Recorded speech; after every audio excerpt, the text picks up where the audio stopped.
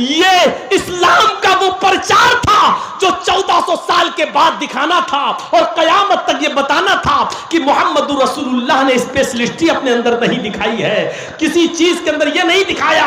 आज एक एक नेता के पीछे 20-20 गाड़ियां चल सकती हैं, लेकिन मोहम्मद रसूलुल्लाह वो वाहिद लीडर, वो वाहिद नेता है, वो वाहिद लीडर है कि जिन्होंने अपने दो सहाबी को कहा तुम्हारे बैठने की बारी आई, अय अली अब तुम ऊंट पर बैठो, और आय अबू दर्दा तुम ऊंट पर बैठो, अब मेरा ऊंटनी का लगाम पकड़ के लेके चलने की बारी आई, अब मैं लेके चलूंगा। कि अल्लाह के रसूल सल्लल्लाहु अलैहि वसल्लम की अखलाक का हाल ये था कि कान यऊदुल मरीज, कोई भी बीमार हो, छोटा हो या बड़ा, आप उसकी आयादत के लिए चले जाते थे, उसकी तीमारदारी करने जाते थे।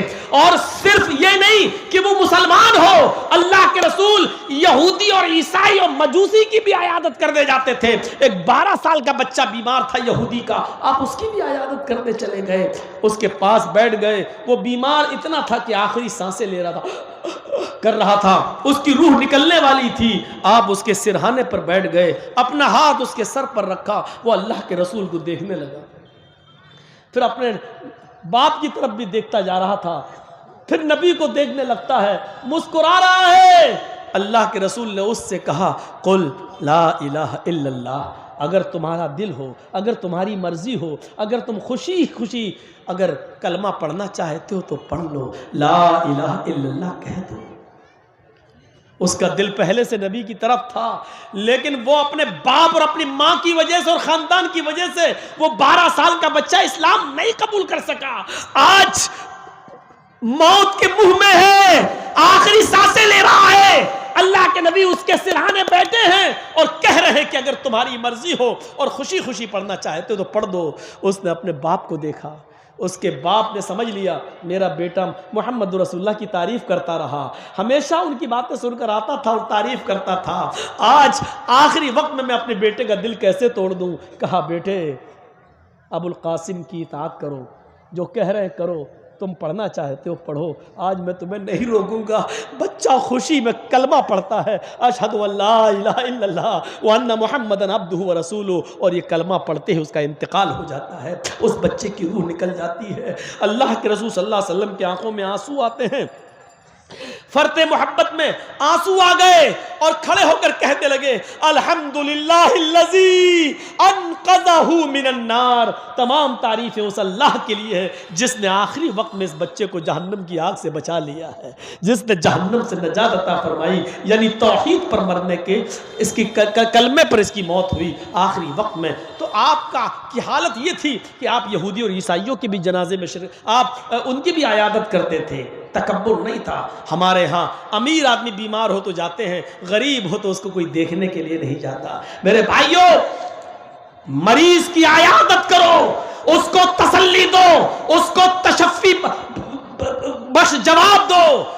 और आयादत में वो सारी चीजें शामिल है जिसकी उसको जरूरत है। मान लो गरीब आदमी है, ऑपरेशन होना है, बहुत पैसे लगना है, तो उसकी मदद भी करो, है कि लो ये, और दूसरों से भी करवाओ, क्योंकि यही आयादत है और यही तीमारदारी है। मेरे भाइयों, अल्लाह के रसूल मरीज की आयादत करते थे, छोटा बड़ा नहीं देखते थे। वह यशहदुल जनाजा, और जनाजे में भी शिरकत करने जाते थे, किसी का भी जनाजा हो आप उसमें शिरकत करते थे। यहां तक कि एक यहूदी का जनाजा आ रहा है, अल्लाह के नबी साहबा के साथ बैठे हैं, यहूदी का जनाजा आया, आप उसको देखकर खड़े हो गए। वह यहूदी का जनाजा देखकर खड़े हो गए। पूछा गया उसके जनाजे के गुजरने के बाद, अरे अल्लाह के रसूल मरने वाला तो यहूदी था, आप उसको देखकर भी खड़े हो गए। अल्लाह के नबी ने फरमाया मरने वाला कौन था ये मुझे ज्यादा अहमियत नहीं देता है, कौन मरा इससे मतलब नहीं, मैं तो ये जानता हूं कि मरने वाला इंसान था।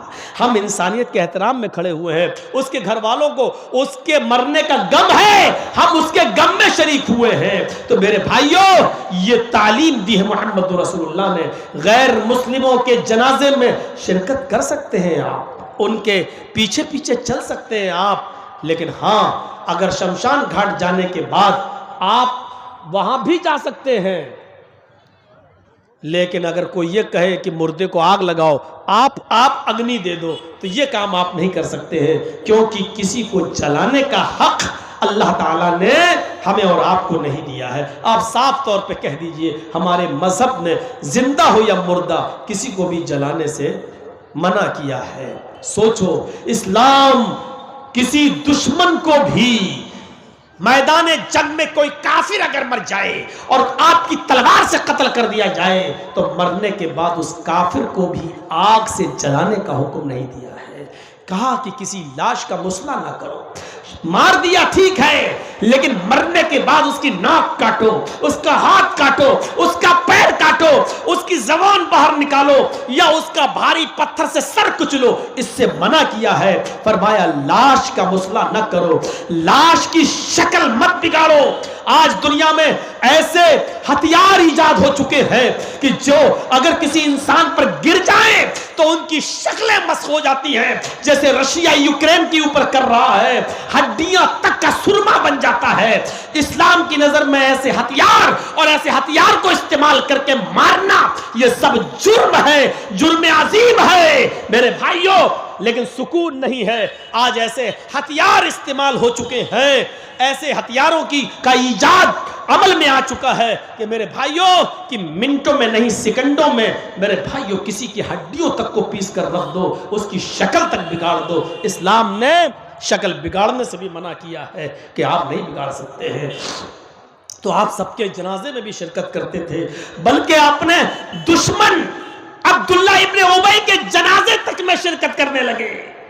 वो दुश्मन जिसने मोहम्मद रसूलुल्लाह को गाली दी, नबी की बीवी को पर जिना की तोहमत लगाई और कहा कि आयशा फला फला आदमी के साथ गलत ताल्लुकात उनसे कायम हुए।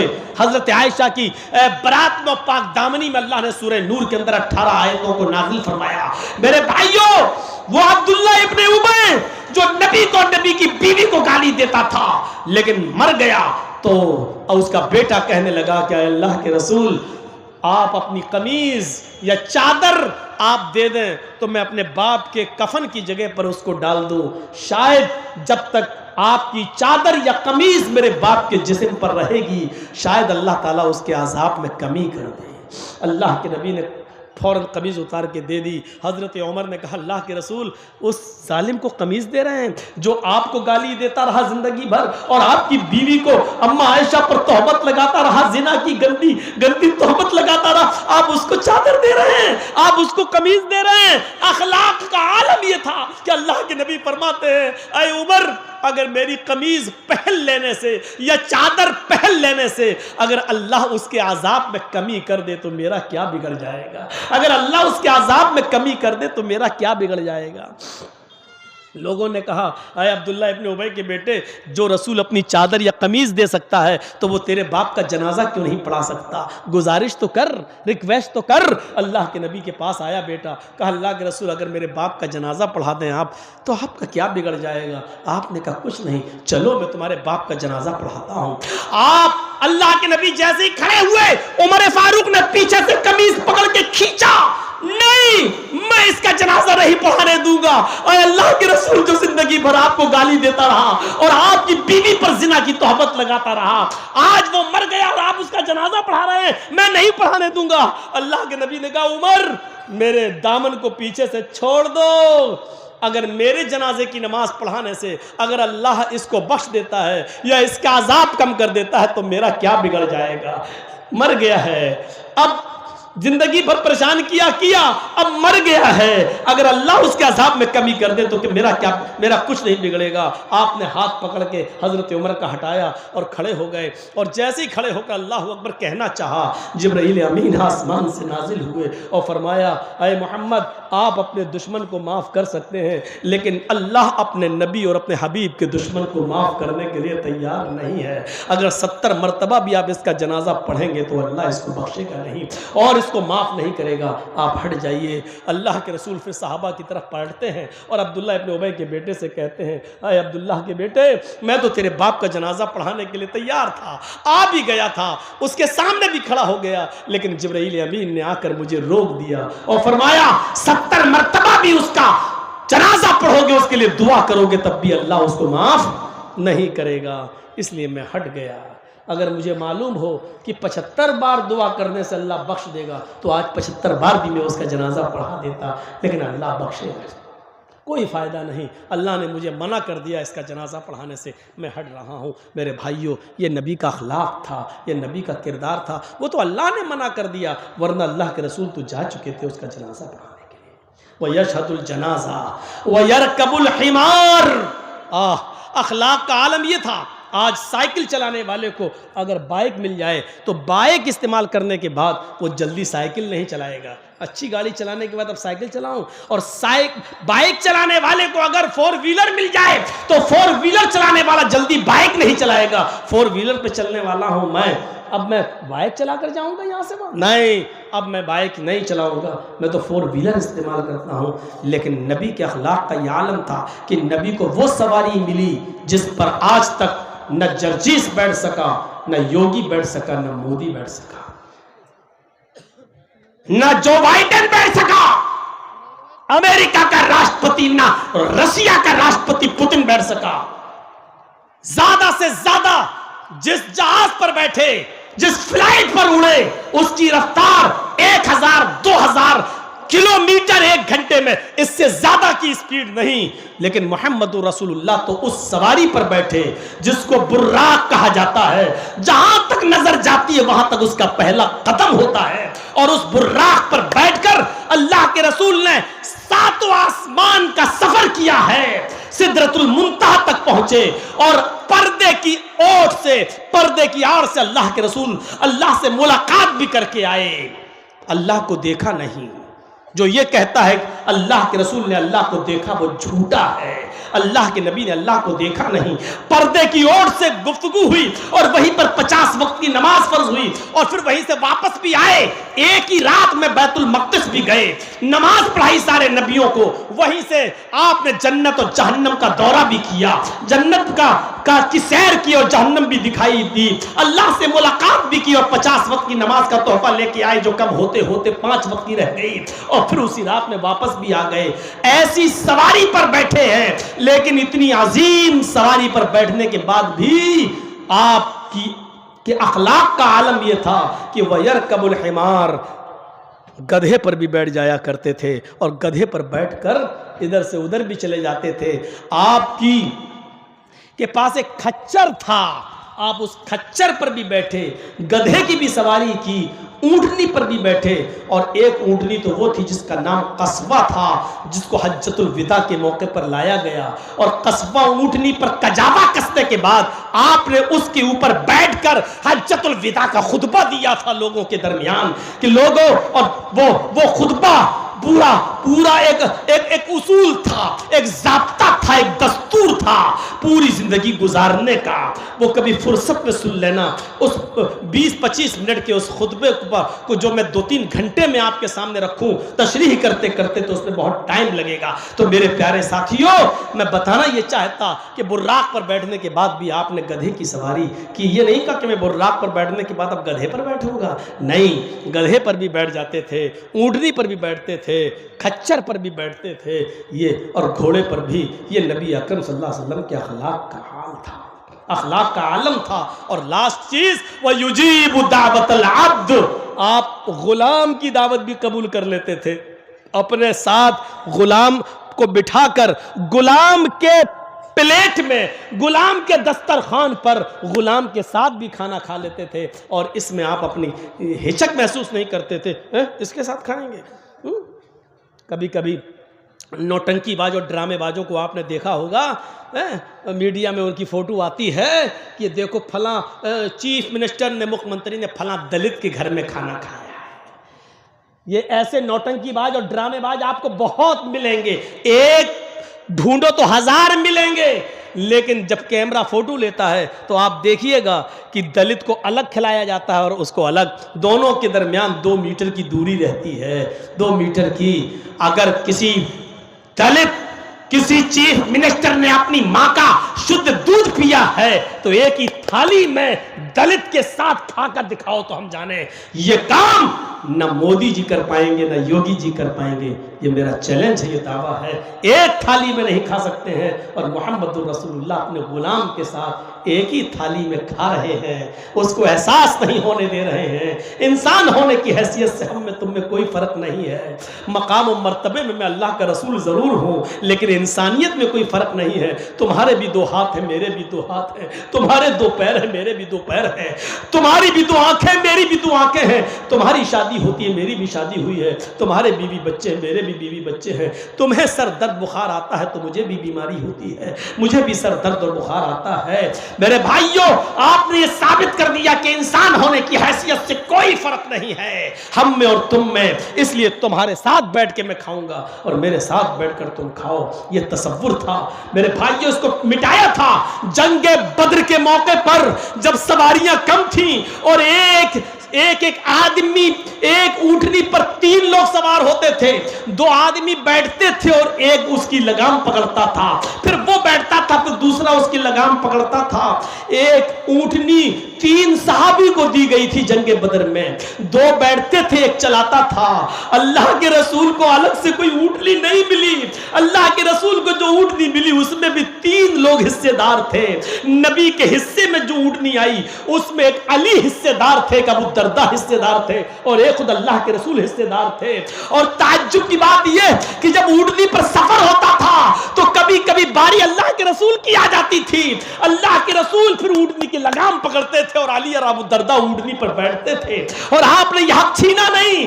बहुत कहा अली ने, बहुत कहा अबू दरदा ने, हम आपको पैदल नहीं चलने देंगे। लेकिन अल्लाह के रसूल जो मसावात का दर्स देने आए थे, जो बराबरी का दर्स देने आए थे, उन्होंने कहा नहीं, तुम जब ऊंटनी की लगाम पकड़ते हो तो हमें भी पकड़ने का मौका दीजिए।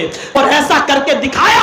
और इसी चीज को देखकर कभी महात्मा गांधी ने कहा था कि अगर इस्लाम की शुआएं, अगर इस्लाम की रोशनी इस भारत पे डाल दी जाए तो भारत भी जन्नत का एक नमूना बन जाए और जन्नत का एक टुकड़ा बन जाए। जरूरत है इस अखलाक को पेश करने की, जरूरत है इस किरदार को पेश करने की। मेरे प्यारे साथियों, एक औरत के अंदर भी रूह है, उसके अंदर भी आत्मा है, उसको भी परमात्मा मान ले। तो मेरे अंदर भी अल्लाह, उसके अंदर भी अल्लाह, मेरे अंदर भी ईश्वर, उसके अंदर भी ईश्वर। और जब शादी होती है, शौहर जब अपनी पत्नी से संभोग करता है, हम बिस्तरी करता है, तो इसका मतलब क्या हुआ? अल्लाह अल्लाह से हम बिस्तरी कर रहा है, ईश्वर ईश्वर से मिल रहा है। उसके अंदर भी आत्मा है, मेरे अंदर भी आत्मा है, और आत्मा ही परमात्मा है। तो इसका मतलब यह है कि परमात्मा परमात्मा के साथ संभोग कर रहा है। एक आदमी ने बंदूक उठाई और एक आदमी को शूट कर दिया, एक मारने वाला एक मरने वाला। मारने वाले में भी आत्मा है, मरने वाले में भी आत्मा थी, और आत्मा ही परमात्मा है। तो इसका मतलब यह हुआ कि परमात्मा ने परमात्मा ही को मार दिया। एक अल्लाह मार रहा है और दूसरा अल्लाह मर रहा है। नऊज़ु बिल्लाह मिन ज़ालिक। यह हमारा अकीदा नहीं हो सकता। कितनी गड़बड़ियां पैदा हो गई। हमने कहा तेरी मां का, जवाब तुमने भी दिया तेरी मां का। हमारे अंदर भी आत्मा है, आपके अंदर भी आत्मा है, आत्मा ही परमात्मा है। तो इसका मतलब परमात्मा परमात्मा को गाली भी दे रहा है। अगर हम इस आत्मा ही को परमात्मा मान लें तो जीना हराम हो जाएगा। अल्लाह के ऊपर से फिर विश्वास ही उठ जाएगा। एक अल्लाह मार रहा है, दूसरा अल्लाह पिट रहा है।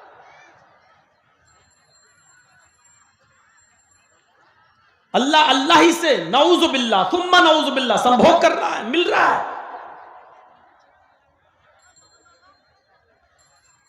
तो यह अकीदा बिल्कुल दुरुस्त नहीं है। अल्लाह कहां है? सुम्मा इस्तवा अलल अर्श, वो अर्श पर है। वो स्वयं अवतार ग्रहण नहीं करता, बल्कि मानव जाति में, इंसानों ही में से किसी मनुष्य को, जिसको वो चुन लेता है, मुंतखब कर लेता है, पसंद कर लेता है उसको रसूल बनाता है और उसके पास अपना फरिश्ता भेजता है पैगाम देकर। उस फरिश्ते को हम जिब्राइल कहते हैं और उसी फरिश्ते का नाम वेदों में परशुराम आता है, परशुराम। तो ये अकीदा सही नहीं है कि ईश्वर ही मनुष्य का रूप धारण करके पृथ्वी पर अवतार लेता है, ऐसा नहीं होता है। अगर ऐसा होगा तो गलत। अवतार का अब माना क्या हुआ? अवतार का माना हुआ अवतरित, जिसको उतारा जाए। ये पैसिव वॉइस है। अवतार मीनिंग क्या होगी? अवतरित, भेजा हुआ, जिसको भेजा जाए। अब सुनिए, जिसको भेजा जाएगा इसका मतलब यह है कि उसका भेजने वाला भी कोई होगा। आपको तकरीर सुनाई जा रही है, इसका मतलब यह है कि सुनाने वाला भी कोई है। आप पैदा किए गए हैं, इसका मतलब यह है कि आपका पैदा करने वाला भी कोई है। अवतार की मीनिंग हुई अवतरित, जिसको भेजा गया हो। इसका मतलब यह हुआ कि उसका भेजने वाला भी कोई है। लिहाजा भेजने वाले को हम क्रिएटर ऑफ यूनिवर्स कहते हैं, मास्टर ऑफ वर्ल्ड कहते हैं, सुपर पावर कहते हैं। और जिसको भेजा जाए वो इंसान ही हो सकता है, कोई दूसरी मखलूक नहीं। इसलिए कि इंसानों के लिए इंसान ही को नबी और पैगंबर बनाकर भेजा जाएगा, क्योंकि वो इंसान ही उसके लिए आइडियल और मॉडल और नमूना होगा। दूसरा कोई आइडियल और मॉडल नहीं हो सकता। आखिरी नबी के बारे में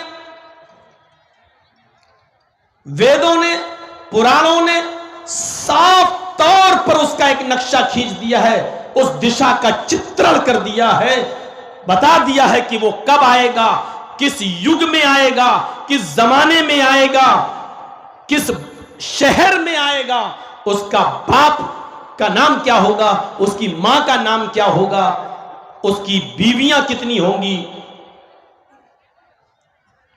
पूरा का पूरा बयान कर दिया है। और ताज्जुब, आश्चर्य दिए कि उसको हमारी किताबों में नहीं, खुद हमारे हिंदू भाइयों की किताबों में ऐसा खोल खोल के बयान कर दिया है कि पंडित अगर छुपना भी चाहेगा तो छुप नहीं सकेगा। इत्थे कलोगत प्राय जनेषु खरगर मिड़ी धर्मत्राणाय सत्वैने भगवानो तृष्यति तथस्तु शंभल गिरा में सोत स्वजीव जात मंगलाचार्य बहुला पापिता विभजिज्जता तच्युतवा पुंडरी का चु ब्राह्मण विदम्बरीति भवने शंभलो विष्णु यशसुग्रह सुमति प्रादुर्भाव्यम। अभी इतने ही मंत्र रहने दीजिए, जरूरत पड़ेगी तो और पढ़ देंगे। इत्थकलोगत प्राय जनेषु खरगर मिड़ी, जब सारी जनता, सारी पब्लिक खरगर मिड़ी, जानवरों की तरह हो जाएगी, जुल्म का शिकार हो जाए, जुल्म करने लगेगी और मानवता उसके अंदर से, इंसानियत उसके अंदर से निकल जाएगी। जनेषु खरगर मिड़ी, जनेषु मानी जनता, लोग, खर गढ़ मिड़ी, संस्कृत में भी खर गधे को कहते हैं, फारसी में भी खर गधे को कहते हैं। खर गढ़ मिड़ी जब गधों की तरह, जानवरों की तरह हो जाएगी। देखो ये बच्चे, बेटा शादी हो गई तुम्हारी? इतना बेचैन क्यों हो, बार बार उठ रहे हो, जा रहे हो? आप लोग थोड़ा सा ख्याल रखिए, पीछे से लोग उठ के जाएं हमें कोई प्रॉब्लम नहीं, सामने से नहीं। खरगर मिड़ जानवरों की तरह जब हो जाएगी, गधों की तरह। असल में गधे की मिसाल इसलिए दी कि गधा को समझता ही नहीं है।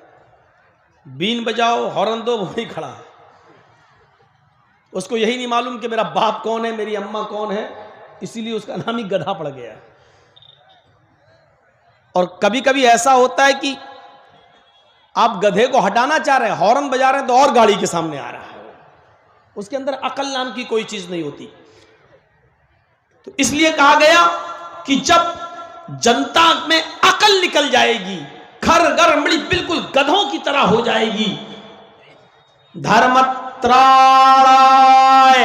तब धर्म की रक्षा करने के लिए सत्वैन और सच्चाई को, सत्यता को स्थापित करने के लिए भगवान अवतरिष्यति, भगवान अवतार भेजेगा। देखिए यहां पर भी कह दिया गया भगवान अवतरिष्यति, भगवान अवतार भेजेगा। ये नहीं कहा भगवान उतरेगा, ये नहीं कहा कि ईश्वर आएगा, भगवान अवतरिष्यति, भगवान अवतार भेजेगा। भगवान यानी ईश्वर अल्लाह दुनिया में किसी को नबी बनाकर, अवतार ऋषि पैगंबर बनाकर भेजेगा। सटीक बिल्कुल जो जुमला कहा गया, जब अकल ही निकल गई थी अरब समाज से, वहां की सोसाइटी से, वहां के वातावरण से, लोग बिल्कुल जानवरों की तरह हो चुके थे, जानवर बन चुके थे।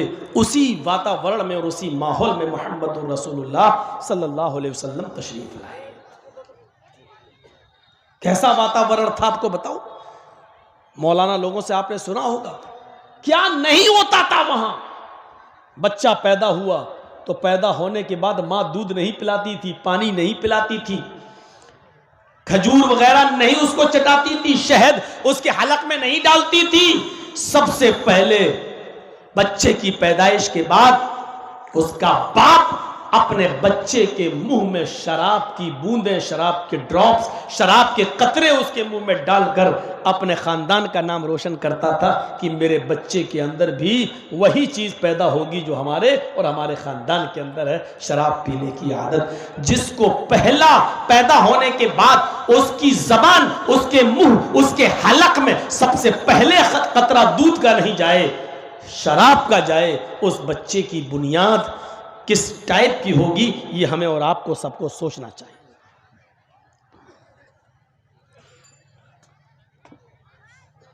शराब इतना पीते थे कि दस्तरखान पर खाना जब रखते थे तो पानी नहीं रखते थे बल्कि शराब के प्याले रखते थे, और खाना खाते खाते अगर पानी की जरूरत पड़ जाए तो पानी की जगह पर वो शराब पीकर खाने का लुकमा हलक के नीचे उतारते थे। जुआ इतना खेलते थे कि जुए में दौलत हार गए तो मकान लगा दिया, मकान हार गए तो पत्नी लगा दी, और पत्नी भी जुए में हार गए तो जवान बेटी जुए में लगा दी। जिनाकारी आम थी।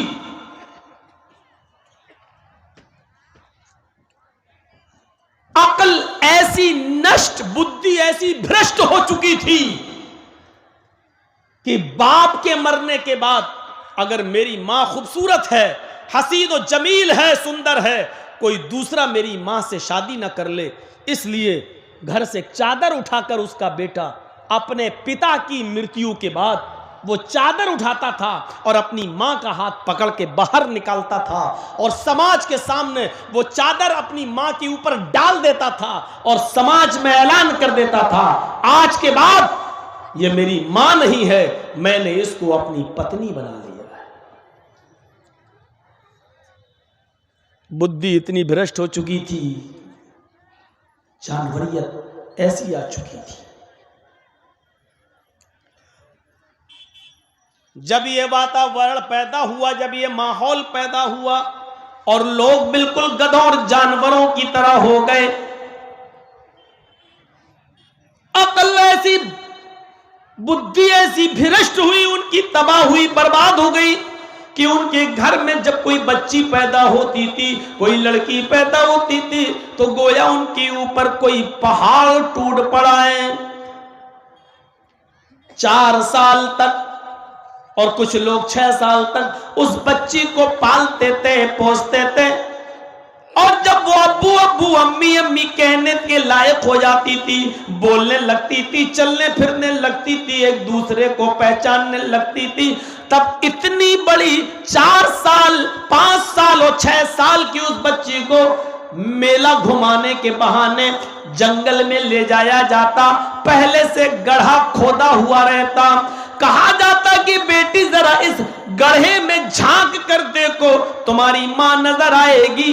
बच्ची जब उस गड्ढे में झांकती तो पीछे से जालिम बाप उसको धक्का देता, वो गड्ढे में गिर जाती और फिर ऊपर से मिट्टी डालना शुरू कर देता, और उस वक्त तक वो रुकता नहीं जब तक कि पूरा का पूरा उसको मिट्टी से दफन नहीं कर देता था।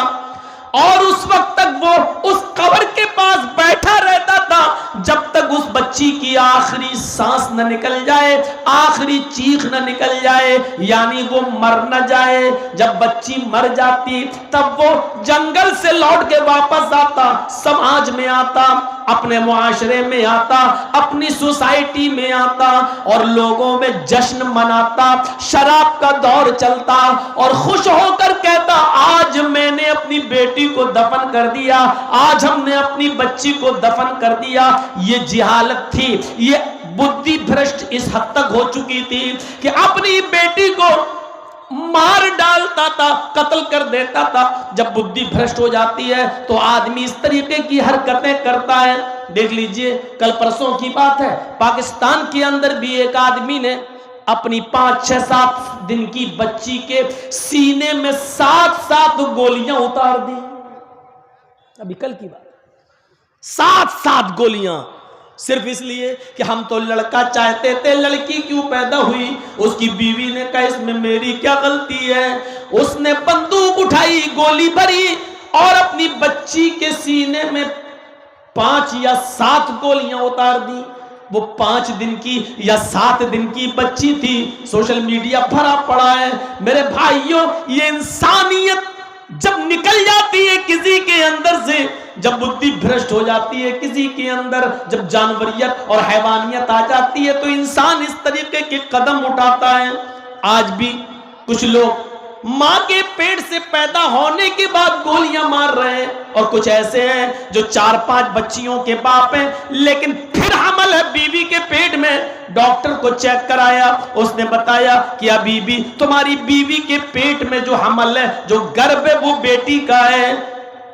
पैसा लेते के किसी तरीके से पता लगा लिया, और जब बता दिया कि बेटी है तो कहा मुझे नहीं चाहिए, डॉक्टर साहब कुछ पैसा और ले लो, इसको गिरा दो, खत्म कर दो, नहीं चाहिए। 4-5 बेटियों की शादी तो कर नहीं पाऊंगा, ये एक और बोझ बनके दुनिया में क्यों आए। इससे बेहतर है कि पेटी में मार डालो। जो बच्चे पेट में मार डाले जाते हैं, कत्ल कर दिए जाते हैं, वो तुम हलाल हो या हराम, याद रखिए, वो चाहे हलाल हो या हराम, जो बच्चा भी पेट के अंदर हमल ठहरने के बाद मार दिया गया, चाहे वो 1 दिन का हो, 10 दिन का हो, 1 महीने का हो, 2 महीने का हो, जितने भी दिन का हो, अगर उसको मार दिया गया, एबॉर्शन करा के उसको खत्म कर दिया गया, कयामत के दिन ये बच्चा, बुखारी शरीफ की रिवायत है, जा यौमल कयामती मुअल्लकुम बैन सदिया, ये बच्चा कयामत के दिन अपने माँ की दोनों पिस्तान, अपने माँ के दोनों छातियों से, सीने से लटका हुआ आएगा। यकूल, और अपने माँ का दूध छोड़कर अल्लाह से शिकायत करेगा, या रब्बी हाज़िही उम्मी क़तलतनी, अल्लाह ये मेरी माँ है जिसने दुनिया में मुझे मार डाला था, अल्लाह ये मेरी माँ है जिसने दुनिया में मुझे कत्ल कर दिया था, अल्लाह ये दुनिया में मेरी नहीं हुई, तू इसका मत हो, अय अल्लाह इसने दुनिया में मुझे हिकारत की नजर से देखकर फेंक दिया, एबॉर्शन करा दिया, अय अल्लाह आज तू इसको भी हिकारत जलील निगाहों से देखते हुए जहन्नम में फेंक दे। वो बच्चा अपनी माँ को जन्नत में नहीं ले जाएगा, जहन्नम में भिजवाएगा, अल्लाह से दुआ करेगा, अल्लाह ये मेरी माँ है जिसने दुनिया में मुझे मार डाला था, अल्लाह तू इसको जहन्नम के अंदर दाखिल कर दे। अगर हमारी माँ बहनों में से किसी ने यह गलती की है तो तौबा और इस्तिग़फ़ार करें, अल्लाह को अगर रहम आ गया तो शायद माफ भी कर दे। तो मेरे प्यारे साथियों, सोचो, इतनी जहालत थी अरब की सरजमीन पर कि अपनी बच्ची को भी कत्ल कर दिया करते थे, अपनी बच्ची को भी मार डाला करते थे। कोई सूरत हाल नहीं थी इस माहौल में फिर जनाब मोहम्मद रसूलुल्लाह आए, वेदों के कहने के मुताबिक कि ऐसे वातावरण में आखिरी नबी आएंगे, ऐसे माहौल में अल्लाह धर्म की रक्षा करने के लिए मोहम्मद रसूलुल्लाह सल्लल्लाहु अलैहि वसल्लम को मबूस फरमाएगा। कुरान है, कहीं भिजवा दो।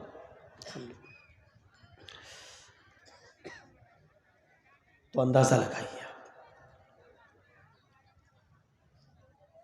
तथस्तु शंभल गिरा में सोत स्वाजी उजात मंगलाचार्य बहुला पापिता विभजिज्जता। शंभल गिराम में आएंगे। शंभल बहुत स्पष्ट शब्द है। अब लोग तो नाम के बने होते हैं, साधु संत, पढ़े लिखे तो होते नहीं है। अगर थोड़ी सी भी संस्कृत और उसका अनुवाद अगर आता हो तो इस्लाम से नफरत नहीं करेंगे ये लोग। कितना साफ शब्द है, शंभल गिरा में, तथस्तु शंभल गिरा में।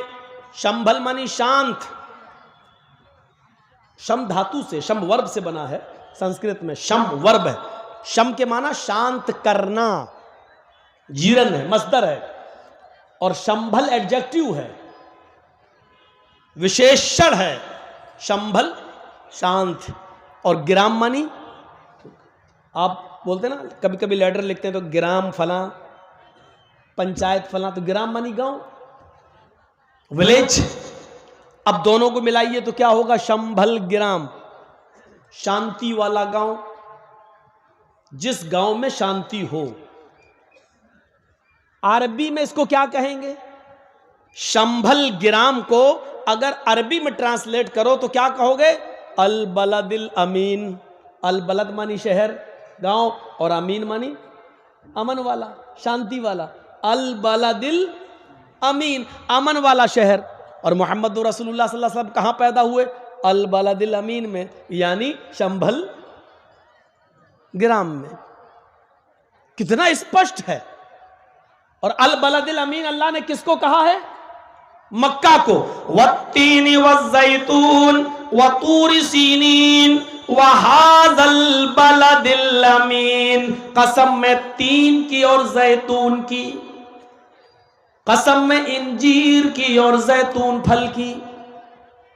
वतूर सीनीन, और कसम में तूर सीना पहाड़ी की। वहाज़ल बलदिल अमीन, और कसम में इस अमन वाले, इस शांति वाले शहर की, मक्के की।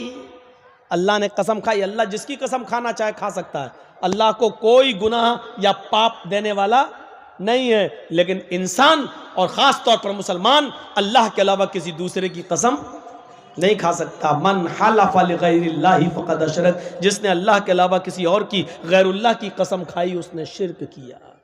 खाओ बेटा कसम, औलाद कसम, बाप कसम, अम्मा कसम।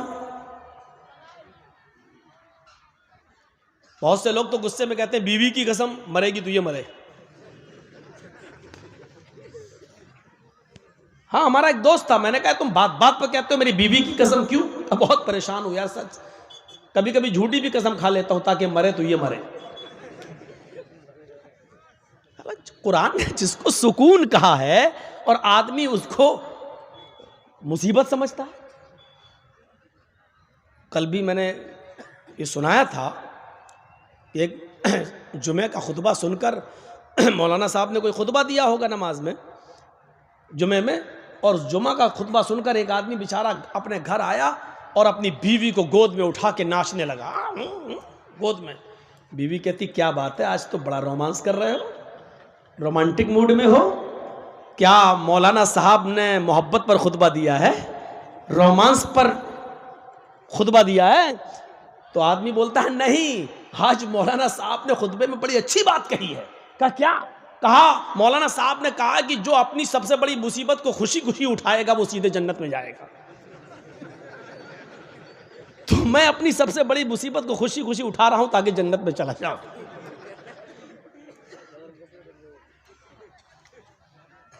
लोग कभी कभी समझते हैं, और ये भी खामखा तंग करती हैं। बेचारा काम करने गया, बार बार फोन करती हैं, कहाँ हो। आदमी भी तंग आ गया, साला घर से निकलना मुश्किल हो गया, कहाँ हो। एक आदमी ने कहा पान की दुकान पे, कहा अच्छा मेरी बात तो कराओ पान वाले से। आदमी सोच रहा बीवी मेरी बात कर रहा पान वाला। ये शक का भूत भी औरत को बहुत ज्यादा होता है, बहुत ज्यादा। और ये फितरत है एक औरत की। आप इसको बुरा मान सकते हैं, समझ सकते हैं, लेकिन ये फितरत है। एक बार अल्लाह के रसूल सल्लल्लाहु अलैहि वसल्लम भी रात को कहीं इबादत में मसरूफ थे और उनकी बीवी समझी कि पता नहीं मेरे पास आज बारी थी मेरे साथ सोने की और बिस्तर पर टटोल रही है तो है ही नहीं।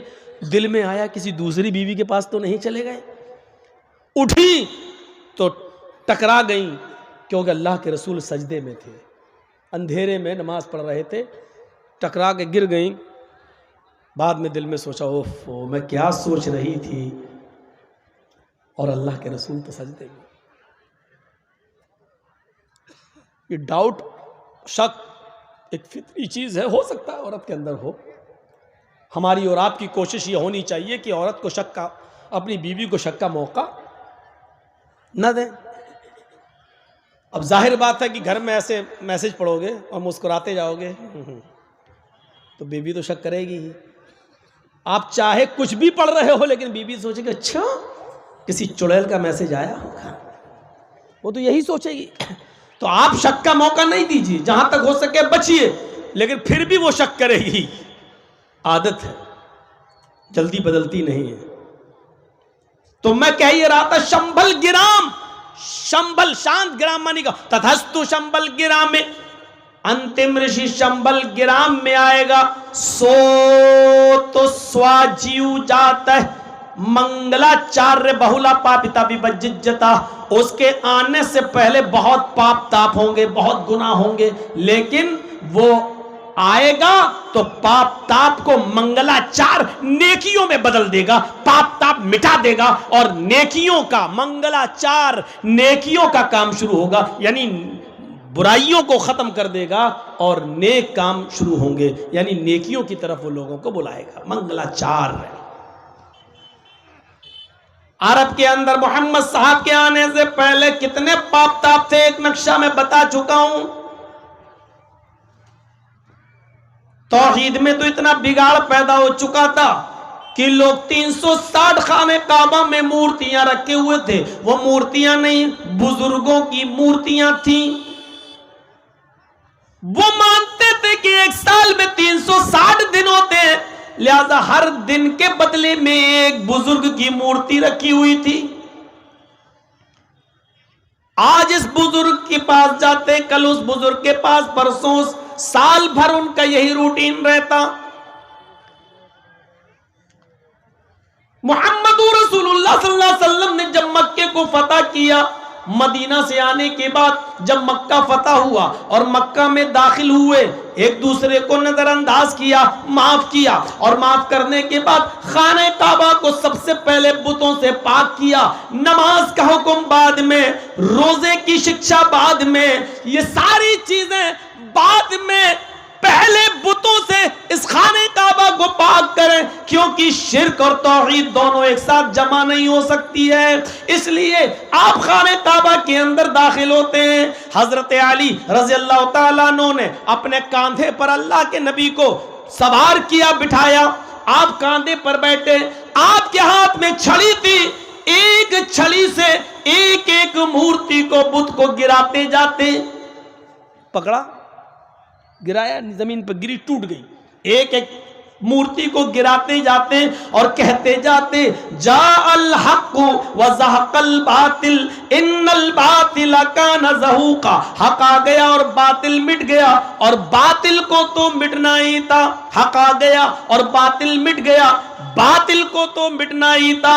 हक आ गया और बातिल दब गया, और बातिल को तो मिटना ही, दबना ही था। ये कहते जाते और बुत को गिराते जाते। मेरे भाइयों, इस तरीके से आपने नेक काम कराना शुरू किए।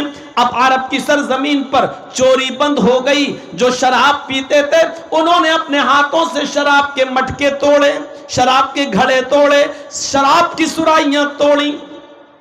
ऐसा लग रहा था जैसे सैलाब आ गया हो, पानी की बाढ़ आ गई हो।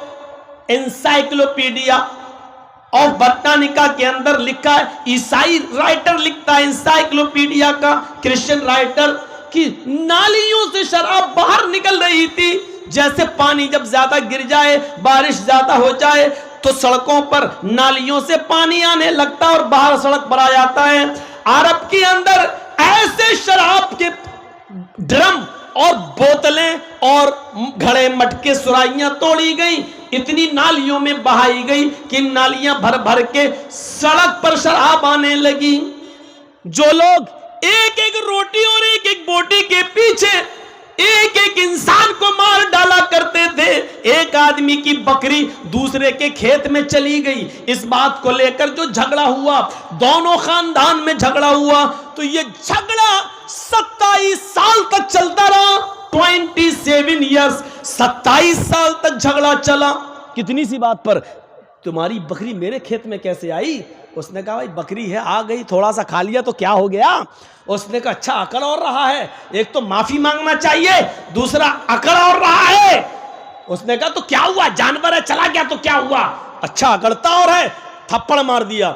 इसने जवाब में उसको मारा। इतनी सी बात पर यह झगड़ा 27 ईयर्स, 27 साल तक चलता रहा। दोनों तरफ से मरने वालों की तादाद जब गिनी गई तो 27 साल में 40,000 आदमी मारे जा चुके थे। हिस्ट्री पढ़िए, कितने लोग? 40,000। और रीजन, बकरी को मारा भी नहीं था, सिर्फ खेत में आ गई थी बस। इतनी सी बात पर लेकर झगड़ा 27 साल चला। 27 साल में पूरी नस्ल बदल जाती है। मेरे भाइयों जरा गौर करो, जब दोनों तरफ से लोग गिने गए तो कितने हुए मरने वाले? 40,000। लेकिन इसके बावजूद झगड़ा बंद नहीं हुआ। इसी बीच में मोहम्मद रसूलुल्लाह को रिसालत मिली, नबी बनकर आप आए, तब आपने पैगाम दिया, इस झगड़े को बंद कराया। फिर ऐसी नेकियों के काम हुए, जो एक दूसरे की जान लेते थे वो एक दूसरे के लिए अपनी जान देने लगे। गालिबन ग़ज़वा ज़ात रिक़ा के मौके पर या ग़ज़वा तबूक के मौके पर मेरे प्यारे साथियों, कुछ सहाबा जख्मी थे। एक सहाबी पानी पिलाने के लिए उनके पास जाता है, कहता लो पानी पियो। उसने पानी का प्याला होंठों से लगाया ही तक दूसरा चीखता है मैं भी जख्मी हूं, थोड़ा सा पानी मुझे छोड़ देना। इस आदमी ने सोचा ये तो पानी थोड़ा है और मुझसे ज्यादा वो प्यासा लग रहा है।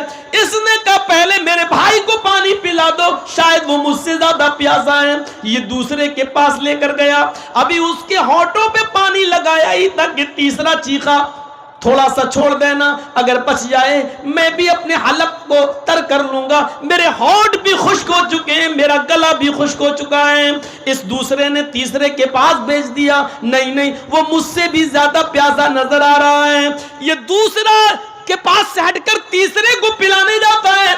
जैसे ही उसके पास पहुंचता है, उसको उठाता है, अपने सीने से लगाता है, क्या देखता है उसके होंठ बंद हो चुके हैं। उसके होंठों में पानी का प्याला लगाता है, लेकिन होंठ की हरकत बंद। उसने सीने पे हाथ रखकर देखा तो दिल की हरकत बंद। उसने नाक पर हाथ रखकर देखा तो नाक से सांस आना बंद, गोया कि उसकी रूह निकल चुकी है। तीसरा अल्लाह को प्यारा हो चुका, वो लौट कर दूसरे के पास आया, चलो जिसके से शुरू किया था दूसरे उसको पिला दूं। क्या देखता है कि दूसरा भी अब पानी पीने के लायक नहीं रहा। आया, चलो पहले से जहां से शुरू किया उसको ही पिलाकर उसको एक नई जिंदगी दे दूं। जब पहले के पास लौट कर आता तो क्या देखता है कि वो पहला आदमी भी अपनी जान जाफरी के सुपुर्द कर चुका है, आब हयात से अपना पानी अपनी प्यास बुझा चुका है। गौर करो मेरे प्यारे साथियों, जो एक एक बकरी के लिए 27 साल लड़ते थे और 40,000 लोगों के मरने के बाद भी जंग बंद नहीं होती थी। वो लोग एक दूसरे के लिए अपनी जानें देने लगे, एक दूसरे के लिए अपनी कुर्बानियां देने लगे, एक दूसरे के लिए मरने लगे, एक दूसरे के लिए अपनी जान निछावर करने लगे। बहुला पापिता विवज्जिज्जता, मंगलाचार्य बहुला पापिता विवज्जिज्जता। वो बुराइयों को खत्म करेंगे और मंगलाचार नेकियों के काम शुरू करवाएंगे। तो मेरे भाइयों, ऐसी नेकियों के काम शुरू।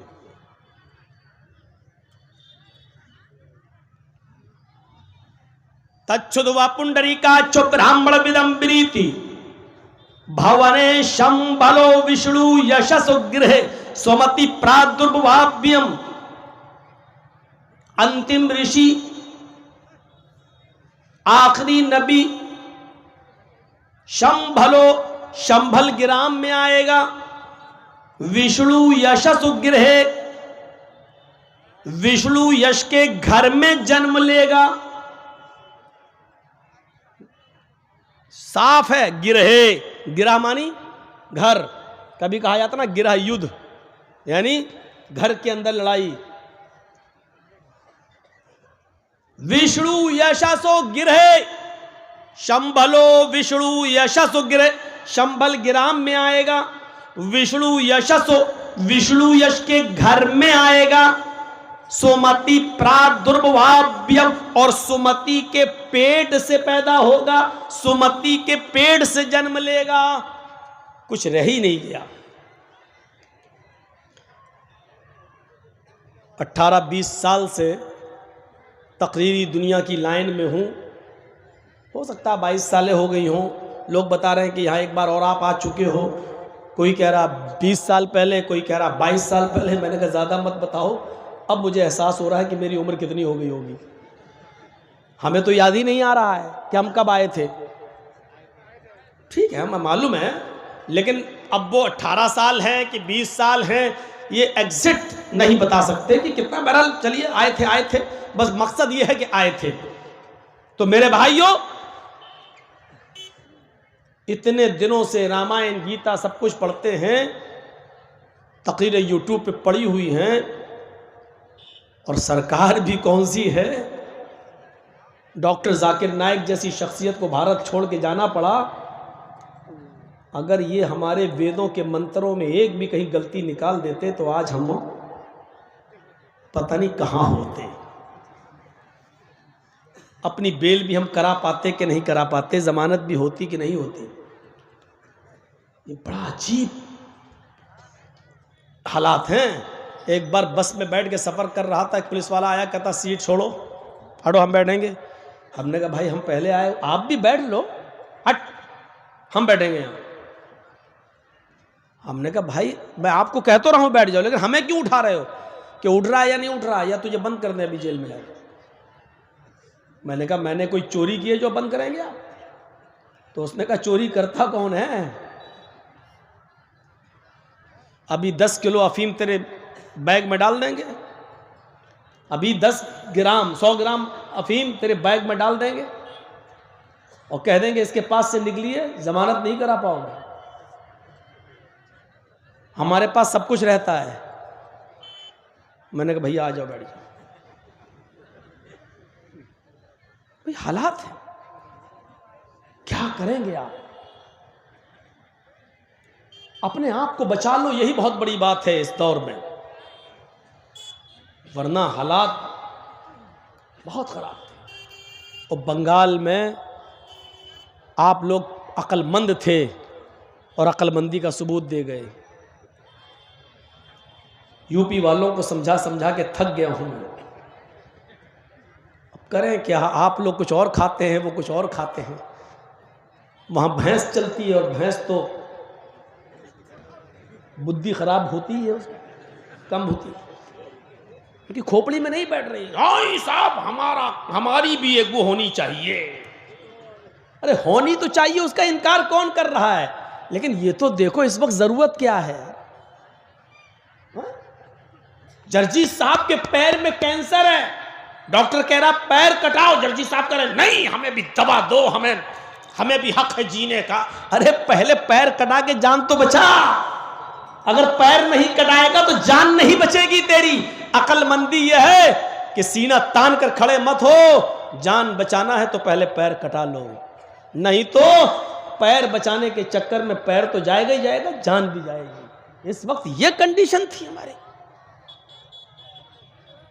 सुना ना आपने वो एक बड़ा दिलचस्प लतीफा था, एक जंगल में शेर, भेड़िया, भेड़िया जानते हैं ना, और लोमड़ी, फॉक्स, इंग्लिश में फॉक्स कहते हैं, आप क्या लोमड़ी नहीं तो गीदड़ समझ लो, सियार।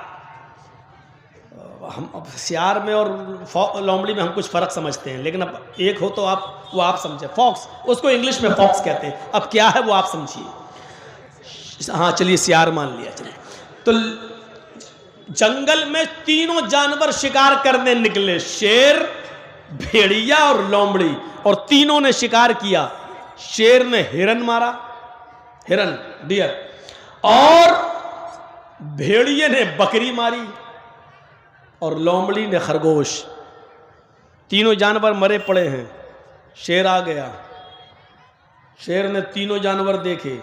इस शेर को अगर आप समझ जाएं तो समझ लो सब कुछ समझ गए, मैं नाम नहीं लूंगा बस।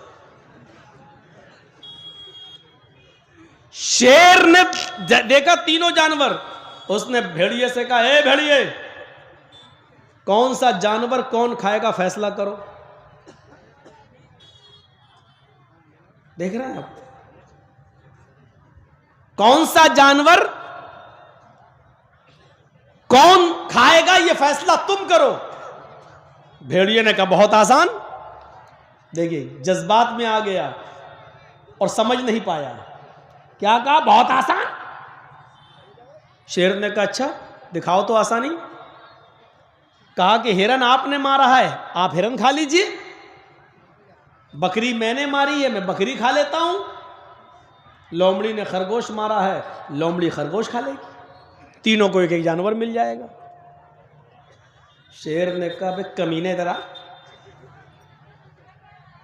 तुझे इतना गलत फैसला करना किसने सिखाया? अबे कहां सीख के आया तू? मारा एक पंजा, भेड़िए की भी गर्दन अलग, गए साहब वो भी, जबकि फैसला उसका बिल्कुल सही था। भेड़िए ने गलत फैसला नहीं किया था, फैसला सही किया था, लेकिन वो शेर के जुल्म को पहचान नहीं सका था। वो ये नहीं समझ सका कि हमसे कह कौन रहा है, ये जालिम है। शेर, फैसला उसने सही किया, तुम ये खा लो, तुम ये खा लो, तुम, मैं ये खा लेता हूं, लोमड़ी ये खा लेगी। फैसला सही था, लेकिन सही फैसला करने के बावजूद क्या हुआ? राम राम सत्य, गए काम से। लोमड़ी से कहा, लोमड़ी कमीना, फैसला करना पता नहीं कहां से सीख क्या है, तुम फैसला करो सही फैसला क्या है, तुम अक्लमंद हो, तुम सही फैसला करो क्या है। लोमड़ी ने भेड़िए की कटी हुई गर्दन देखी, कहती है बहुत गलत फैसला करा था उसने, उसको तो कुछ आता ही नहीं। तो शेर ने कहा तो तुम सही फैसला करो ना। अब शेर का इरादा यह था, भेड़िया भी अब 4 जानवर हो गए, और लोमड़ी ने जो कहा 3 तुम खा लो या 2 तुम खा लो 2 हम, तो इसको भी मार डालेंगे और फिर 5 जानवर हमारे। शेर की नजर ये थी। लोमड़ी से कहा तो तुम करो ना फैसला। लोमड़ी ने कहा बहुत अच्छा, आसान है, ये तो कमीना कुछ जानता ही नहीं था। तो कहा अच्छा सही फैसला क्या? कहा सही फैसला क्या है, आप जंगल के राजा हैं, ये तीनों जानवर आपके हैं। सुबह आप हिरन खा लीजिए, शाम को जब भूख लगे तो बकरी खा लीजिए, और दोपहर में जब भूख लगे तो मुंह का टेस्ट बदलने के लिए खरगोश खा लीजिए। और अब तो भेड़िया भी आपका है, ये तो आपका है, इस कमीने को मालूम ही नहीं था। शेर ने कहा वाह लोमड़ी वाह, ये है सही फैसला। अरे तू ये बता कि तुझे इतना अच्छा फैसला करना किसने सिखाया है, कहां से तू सीख के आई इतना अच्छा फैसला? लोमड़ी ने कहा इसी भेड़िए से सीखा है जनाब, इसी भेड़िए से सीखा है। यानी हालात और वक्त का तकाजा ये कह रहा है कि अगर सही फैसला मैं करूंगी तो मैं भी भेड़िए की तरह मारी जाऊंगी। इस भेड़िए की कटी हुई गर्दन ने मुझे हालात से समझौता करना सिखला दिया है, भूखा रहना गवारा करने पर मजबूर कर दिया है, लेकिन अपने आप को बचाना यह हमने जरूरी समझा है। तो अब ये बताओ कि भेड़िया अक्लमंद था, ये लोमड़ी अक्लमंद थी? हक बात बोलकर, सच बात बोलकर भेड़िए ने अक्लमंदी का सबूत देना चाहा, लेकिन क्या हुआ? मारा गया। और लोमड़ी ने फैसला गलत जरूर किया था, लेकिन वक्त का तकाजा यह था कि पहले अपने आप को तो बचाओ। अगर कुछ ऐसा फैसला किया तो जब हम ही नहीं रहेंगे तो फैसला करने से फायदा क्या है? तो मेरे भाइयों, लोमड़ी ने अक्लमंदी का सबूत दिया, उसने अपने आप को बचा लिया और कहा कि सारे जानवर आपके, आप जंगल के राजा उठाइए। तो शेर को यानी तारीफ कर दी। आज यही तो हो रहा है, जो तारीफ कर रहा है वो गंगा में नहा रहा है, वो वॉशिंग मशीन में धुल के निकल रहा है। और जो तारीफ के पुल नहीं, आप देखिए अकल देखिए आप कैसी मारी गई, और मीडिया वालों की भी अकलें देखो कैसी मारी गई। जो अपना जिस्म छिपाकर स्कूल जा रही है, कॉलेज जा रही है, उस पर हंगामा कर रहे हैं, लफड़ा खड़ा कर रहे हैं। जो एक समाज को सभ्य बनाने में मदद कर रही है, उसके लिए हंगामा हो रहा है, और जो अपने कपड़े उतार रही है उसको पद्मश्री अवार्ड दिया जा रहा है। अकल देख रहे हैं आप? अकल ये है। आप इशारा समझ गए होंगे ना? किसको नाम नहीं लूंगा, ये इतने महत्वपूर्ण लोग नहीं है कि मैं इनके लिए अपनी 2-2, 5-5 करोड़ की तकरीर बेकार करेंगे। ये इतने मुबारक लोग नहीं है। कभी कभी लगता है कि बहुत बड़ी हस्ती है, उनका नाम लेने से पहले वुजू बना लेना चाहिए, तब इनका नाम लेना चाहिए। लेकिन फिर सोचता हूं इनका नाम लेने से कहीं वुजू ना टूट जाए, फायदा क्या है? ये इतने